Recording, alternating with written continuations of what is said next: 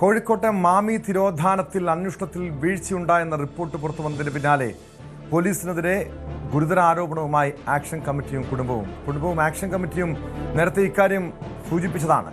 കാണാതാകുമ്പോൾ മാമി പോയ സ്ഥലങ്ങളിലെ CCTV ശേഖരിച്ചില്ല എന്നാണ് ആക്ഷൻ കമ്മിറ്റി ആരോപിക്കുന്നത്. പിന്നീട് പോയി പരിശോധിച്ചപ്പോൾ ദൃശ്യങ്ങൾക്ക് സാങ്കേതിക പ്രശ്നമാണ് പറഞ്ഞത്.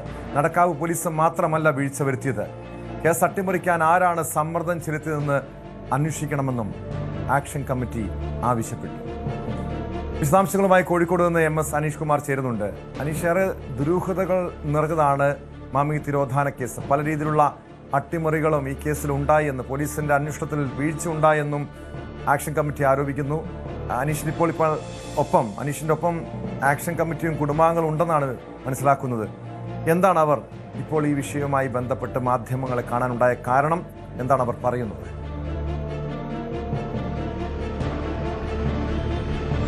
ടോം, നമ്മൾ ഒരുപാട് തവണ സംസാരിച്ച വിഷയമാണ്. പലതരത്തിലുള്ള അന്വേഷണങ്ങൾ നടക്കുന്നു. ഇപ്പോൾ ക്രൈംബ്രാഞ്ചിന്റെ അന്വേഷണം കേസിൽ പുരോഗമിക്കുന്നു. അന്വേഷണം അവസാന ഘട്ടത്തിലേക്ക് നീങ്ങുന്നുവെന്ന് ക്രൈംബ്രാഞ്ച് പറയുന്നതിനിടയിലും ഈ ആദ്യം കേസ് അന്വേഷിച്ച അന്വേഷണ സംഘത്തിന് വളരെ വലിയ പിഴവ് ലോക്കൽ പോലീസിനുണ്ടായി എന്നാണ് അവരുടെ റിപ്പോർട്ട്. ഇത് സംബന്ധിച്ച റിപ്പോർട്ട് IG-ക്ക് നൽകുകയും ചെയ്തിരിക്കുന്നു. എന്തായാലും നമുക്കൊപ്പം മാമിയുടെ മകൾ അദീബയുണ്ട്. നേരത്തെ തന്നെ കുടുംബം പലവട്ടം പറഞ്ഞിരുന്നത് ഒരു ഗുരുതരമായ വീഴ്ച ലോക്കൽ പോലീസിന് ഇക്കാര്യത്തിൽ പറ്റിയെന്നാണ്. അതാണ് ഇപ്പോൾ റിപ്പോർട്ടായി പുറത്തു വന്നിരിക്കുന്നത്. എന്തൊക്കെ കാര്യങ്ങളിൽ പിഴവുണ്ട് എന്നാണ് നിങ്ങൾ നേരത്തെ തന്നെ ഒരു നിഗമനത്തിലെത്തിയത്? എന്താണ് ഇപ്പോൾ പോലീസ് കണ്ടെത്തിയിരിക്കുന്നത്?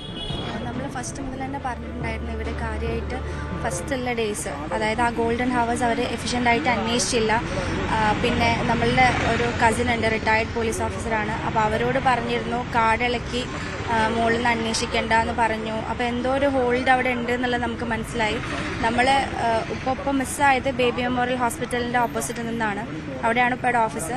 അവിടെ നിന്ന് ഇപ്പോൾ മിസ്സായിട്ടും പോലീസ് ആരുടെ അല്ലെങ്കിൽ നെക്സ്റ്റ് ഡേ അല്ലെങ്കിൽ പിറ്റേന്ന് അങ്ങനെ വന്ന് അന്വേഷിക്കണമല്ലോ. CCTV ക്യാമറാസ് ഒന്നും നോക്കില്ല. അതിനും അവർ നല്ല ഡിലേ ആയിട്ടാണ് പോയി ചെക്ക് ചെയ്തത്. അവിടെയും പിന്നെ ബീച്ചിൻ്റെ അവിടെയും ഇത് രണ്ടും ആണ് കാര്യമായിട്ട് ചെക്ക് ചെയ്തെന്ന് പറഞ്ഞു. ബാക്കിയുള്ള തലക്കുളത്തൂർ വരെ ഇപ്പം ട്രാവൽ ചെയ്ത് അതുവരെ പോയിട്ടുണ്ട്. അപ്പം അത് ആ ഭാഗത്തുള്ള ഒന്നും ചെക്ക് ചെയ്തില്ല അവർ. അപ്പം എന്തുകൊണ്ട് അവർ ചെക്ക് ചെയ്തില്ല എന്ന് നമ്മൾ ഫസ്റ്റ് മുതലേ പറയുന്നുണ്ടായിരുന്നു. പിന്നെ നമ്മൾ അവരോട് ചോദിച്ചിരുന്നു, നിങ്ങൾ ക്യാമറാസ് എല്ലാം വിഷ്വൽസ് നിങ്ങളെ കയ്യിലുണ്ടോ? പക്ഷെ അവർ പറഞ്ഞു ഞങ്ങൾ എടുത്തു വെച്ചിട്ടുണ്ട്, ഇനി ഫെർദറായിട്ട് അന്വേഷിക്കാൻ വരുന്നവർക്ക് അവർ കൊടുക്കണമല്ലോ. അപ്പോൾ അവർ പറഞ്ഞത് അവരെ കയ്യിൽ എടുത്തു വെച്ചിട്ടുണ്ട്, എല്ലാ വിഷ്വൽസും നമ്മൾ ബാക്കപ്പ് ചെയ്തിട്ടുണ്ടെന്നാണ്. പക്ഷെ ഇപ്പം അന്വേഷിക്കുന്ന ക്രൈംബ്രാഞ്ചിനോട് നമ്മൾ ചോദിച്ചപ്പോൾ അവർ പറഞ്ഞു ഒരു വിഷ്വൽസും ഇതുവരെ ഒറ്റ വിഷ്വൽസും ക്രൈംബ്രാഞ്ചിന് അവർ കൊടുത്തിട്ടില്ല. അപ്പം അത് അത്രയും നമ്മളെ കേരള പോലീസിൻ്റെ അത്രയും വലിയൊരു ഫോൾട്ടാണത്. അപ്പം നമ്മളത് ഫസ്റ്റ് മുതലേ പറയുന്നുണ്ടായിരുന്നു. ഇപ്പോൾ അവരെന്ത് ചെയ്തു, സ്പെഷ്യൽ ഇൻവെസ്റ്റിഗേഷൻ ചെയ്തത് അവർക്ക് ഈ ഇത്ര പോലീസിനെതിരെ അവർ ഇൻവെസ്റ്റിഗേഷൻ ചെയ്തുകൊണ്ട് അവർക്ക് മനസ്സിലായി നമ്മൾ പറഞ്ഞത് കറക്റ്റാണ്, അതിലെന്തോ ഒരു പ്രശ്നം ഉണ്ടെന്നുള്ളത്.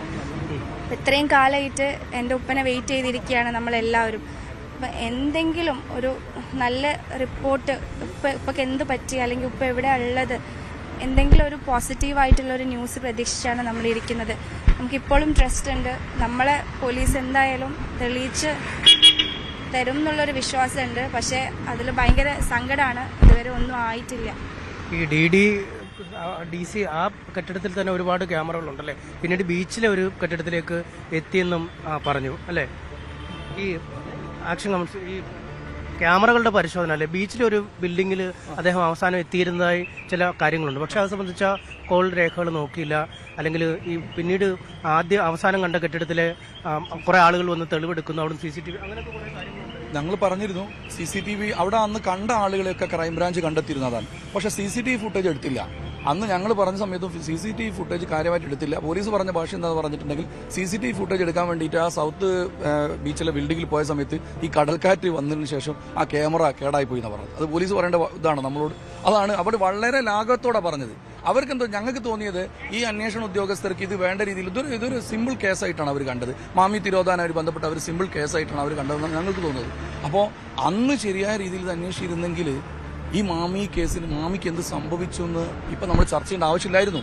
നടക്കാവ് പോലീസ് ശരിയായ രീതിയിൽ അവർക്ക് മുകളിലുള്ള ഭാഗ്യശക്തികൾ ഇടപെടാതെ ശരിയായ രീതിയിൽ അന്വേഷിച്ചു കഴിഞ്ഞാൽ മാമി കുടുംബത്തിനും മാമിക്ക് എന്ത് സംഭവിച്ചുള്ള കാര്യത്തിൽ മാമി കുടുംബത്തിന് നീതി കിട്ടുമായിരുന്നു. അതുണ്ടായില്ല. അതിപ്പം നമ്മളൊരാവശ്യം എന്ന് പറഞ്ഞിട്ടുണ്ടെങ്കിൽ ഇതിൽ ആരോപണ വിധേയരാണ്. സംശയമല്ല കാര്യത്തിൽ. അത് നമ്മൾ കണ്ടെത്തിയല്ല, ഇവിടുത്തെ മീഡിയകൾ പറഞ്ഞതോ ഇവിടുത്തെ ആക്ഷൻ കമ്മിറ്റി പറഞ്ഞതോ അല്ല. ഉത്തരവാദപ്പെട്ട പോലീസിന്റെ ഉദ്യോഗസ്ഥർ നിയമിച്ച ഒരു അന്വേഷണം നടത്തിയിട്ട് ഒരു അന്വേഷണ ഉദ്യോഗസ്ഥൻ നിയമിച്ചു. ആ അന്വേഷണ ഉദ്യോഗസ്ഥൻ കണ്ടെത്തിയ റിപ്പോർട്ടാണ് നിന്ന് മീഡിയകളിലൂടെ വന്നത്. 4 പോലീസുകാരെ പേരടക്കം വന്നു. അപ്പോൾ എന്താണ് സംഭവിച്ചത്? അവരെ ചോദ്യം ചെയ്താൽ, ഞങ്ങൾ പറയുന്നത് അവരെ ചോദ്യം ചെയ്താൽ മനസ്സിലാവും ആരാണ് അവർക്ക് വേണ്ടിയിട്ട് ഈ മാമി കേസ് ഇല്ലായ്മ ചെയ്യാൻ, മാമി കേസ് ശരിയായ രീതിയിൽ അന്വേഷണം നടത്താതിരിക്കാൻ ഈ 4 ആളുകളെ ശരിയായ രീതിയിൽ പോലീസ് ചോദ്യം ചെയ്യുക. ഒന്ന്. മറ്റൊന്ന്, ഇവരെ പേരിൽ FIR ഇട്ട് കേസ് രജിസ്റ്റർ ചെയ്യണം. അല്ലാതെ എങ്ങനെ ഇവിടെ സാധാരണക്കാർക്ക് ഒരു നീതി കിട്ടണ്ടേ? പോലീസിലല്ലേ നമുക്ക് വിശ്വാസം, പ്രത്യേകിച്ച് കേരള പോലീസ് നമുക്ക് അത്രയും വിശ്വാസമാണ്. കേരള പോലീസ് വളരെ എഫിഷ്യൻ്റായ പോലീസാണ്. ഏത് കേസും എങ്ങനെയും തെളിയിക്കും, അതിനുള്ള കഴിവ്, അതിനൊക്കെ ഒരുപാട് തെളിവുകളുണ്ടല്ലോ. പക്ഷെ മാമി കേസിൽ അതുണ്ടായിട്ടില്ല. മാമി കുടുംബത്തിലും മാമിയുടെ നാടിനും നമ്മുടെ നാട്ടുകാർക്കും അതിന് നീതി കിട്ടിയില്ല മാമി കേസിൽ. അപ്പം അതുകൊണ്ട് ഈ ആരോപണ വിധേയരായ ഉദ്യോഗസ്ഥരെ തന്നെ പക്ഷെ അവരെ ഈ സർവീസിൽ ഇരുന്നുകൊണ്ട് ഈ അന്വേഷണമായിട്ട് പോയി കഴിഞ്ഞാൽ എത്രത്തോളം ഇതിനൊരു ക്രിയാത്മകമായ രീതിയിലോ വളരെ പെർഫെക്റ്റ് ആയിട്ട് ഇത് അന്വേഷിക്കാൻ പറ്റുമെന്നുള്ള വിശ്വാസം ഇപ്പം ഞങ്ങൾക്കില്ല. അത് ശരിക്കും ഇത് അന്വേഷണ ഉദ്യോഗസ്ഥർ തന്നെ ഇതിന്റെ കാര്യത്തിൽ ഇപ്പോൾ ആരാണോ അന്വേഷിച്ച് അവർ തന്നെ ബാക്കിയുള്ള കാര്യോട് പറയണം എന്താണ് സംഭവിച്ചത്, ഇവരെന്തെല്ലാം നടത്തി, അത് കണ്ടെത്തണ്ടേ. അത് റിപ്പോർട്ട് ഉണ്ടാവും, അടുത്ത ദിവസം പറയുന്നൊക്കെ പറഞ്ഞത് അറിയില്ല. ഈ റെജിയുടെ കാര്യം തന്നെ ആയാലും പലപ്പോഴും റെജിയിലേക്ക് എത്തുന്നു എന്ന ഒരു പ്രതീതി ജനിപ്പിക്കും. ഈ ഹൈക്കോടതിയിൽ നിന്നും റെജി അനുകൂലമായ ഉത്തരവ് വാങ്ങുന്നു.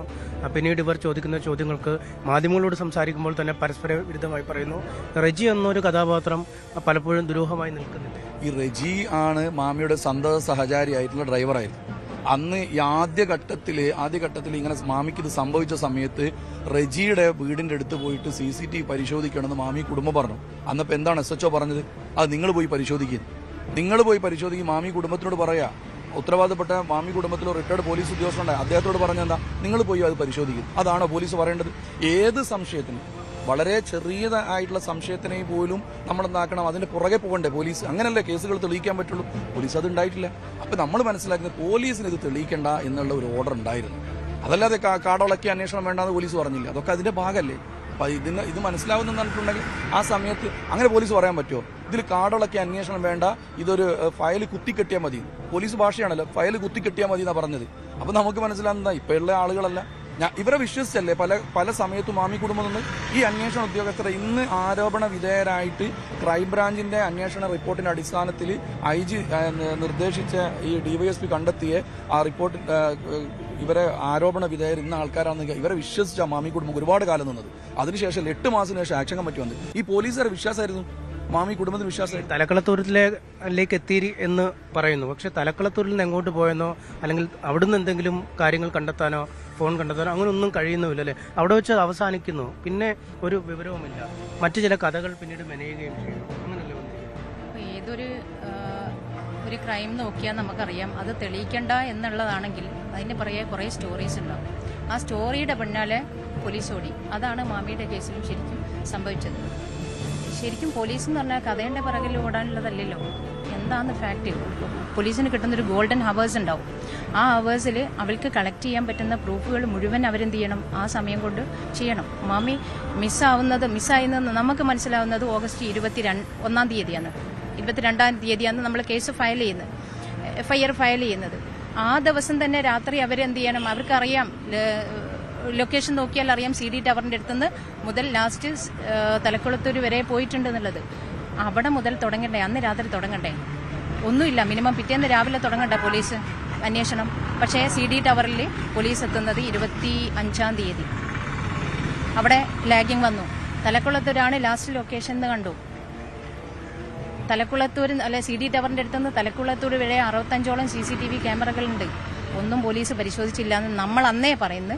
ഇന്നലത്തെ റിപ്പോർട്ടിൽ പോലീസ് ഉദ്യോഗസ്ഥന്മാർ അല്ലെങ്കിൽ പ്രത്യേക അന്വേഷണ സംഘം തന്നെ മനസ്സിലാക്കി ഒരു CCTV ഫോട്ടേജ് പോലും അവർ എടുത്തിട്ടില്ല എന്നുള്ളത്. എന്തിനായിരുന്നു? ഒരാൾ മിസ്സായാൽ നമുക്ക് പണ്ടത്തെ പോലെയല്ല. ഇപ്പം ലൊക്കേഷൻസ് ഉണ്ട്, CCTVകളുണ്ട്, ഇഷ്ടം പോലെ ഉണ്ട്. മണിക്കൂറുകൾ കൊണ്ട് കണ്ടെത്താൻ പറ്റുന്നൊരു കേസേ ഉണ്ടായിരുന്നു.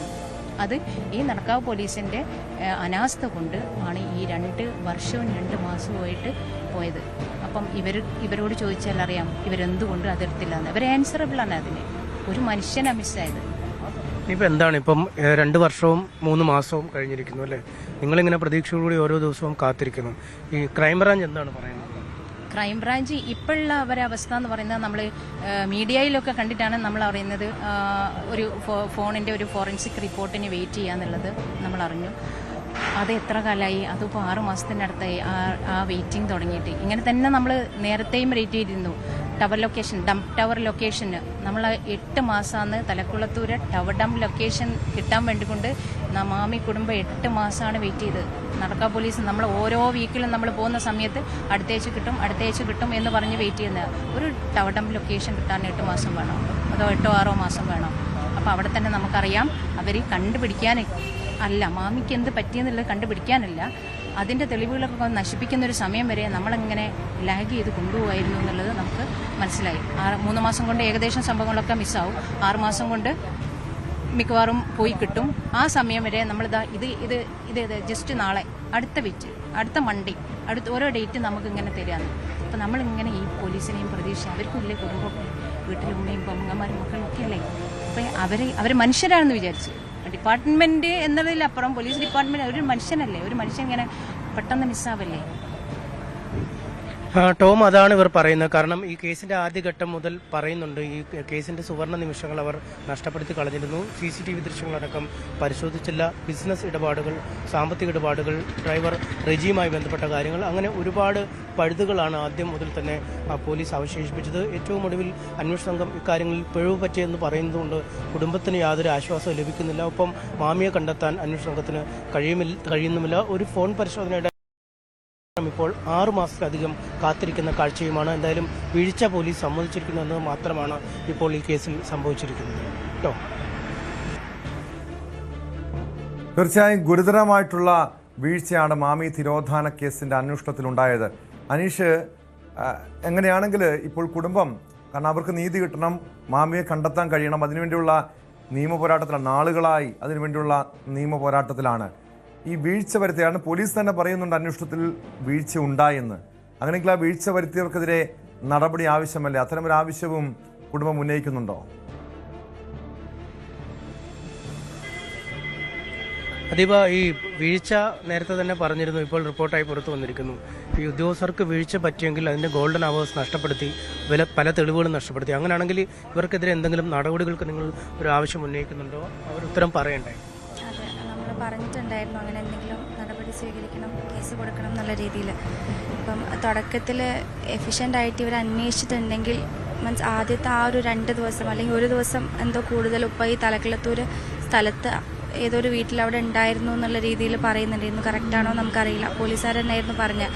അപ്പം അപ്പോൾ തന്നെ എഫിഷ്യൻ്റായിട്ട് അന്വേഷിച്ചിട്ടുണ്ടെങ്കിൽ, ഇപ്പോൾ എവിടെയാണെന്നുള്ളത് കറക്റ്റായിട്ട് അവർ CCTV വെച്ചിട്ട് നോക്കിയിട്ടുണ്ടെങ്കിൽ എന്തെങ്കിലും ഉപ്പനെ പറ്റി അറിയാൻ പറ്റുമായിരുന്നു, അല്ലെങ്കിൽ ഉപ്പ നമ്മളെ കൂടെ ഉണ്ടാവുമായിരുന്നു.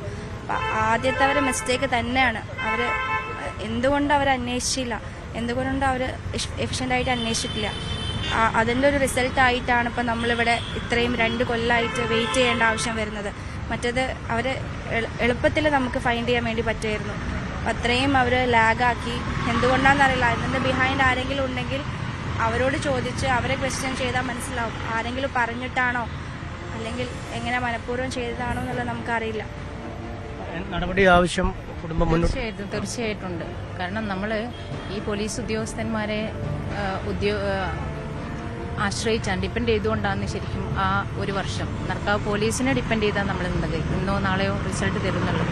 അപ്പം അതൊന്നും ഉണ്ടായിട്ടില്ല. അപ്പോൾ ഇപ്പോൾ നമ്മൾ അന്നേ ആരോപിക്കുന്ന കാര്യങ്ങൾ ഇപ്പോൾ റിപ്പോർട്ടിലൂടെ നമുക്ക് ഡിപ്പാർട്ട്മെൻറ്റ് തന്നെ ശരിവെച്ചാണ് ഈ ഉദ്യോഗസ്ഥന്മാരുടെ ഇടയിൽ നിന്ന് കൃത്യവിലോപം ഉണ്ടായിട്ടുണ്ടെന്നുള്ളത്. ശരിക്കും ആ ഉദ്യോഗസ്ഥന്മാരെ പേരിൽ FIR ഇടുകയും പിന്നെ അവരെ സർവീസിൽ നിന്ന് മാറ്റി നിർത്തിക്കൊണ്ട് ശരിക്കും എന്താണ് സംഭവിച്ചത് എന്നുള്ളത് പോലീസ് അന്വേഷിക്കും, കണ്ടുപിടിക്കും എന്നുള്ളൊരു വിശ്വാസം ഇപ്പോൾ ഉണ്ട്. കാരണം ഇതുവരെ നമ്മൾ പറഞ്ഞുകൊണ്ടിരിക്കുന്ന കാര്യം പോലീസിന് ഡിപ്പാർട്ട്മെൻറ്റ് തന്നെ ശരിവെച്ചതിൽ ഞങ്ങൾക്ക് ചെറിയൊരു ആശ്വാസമുണ്ട്.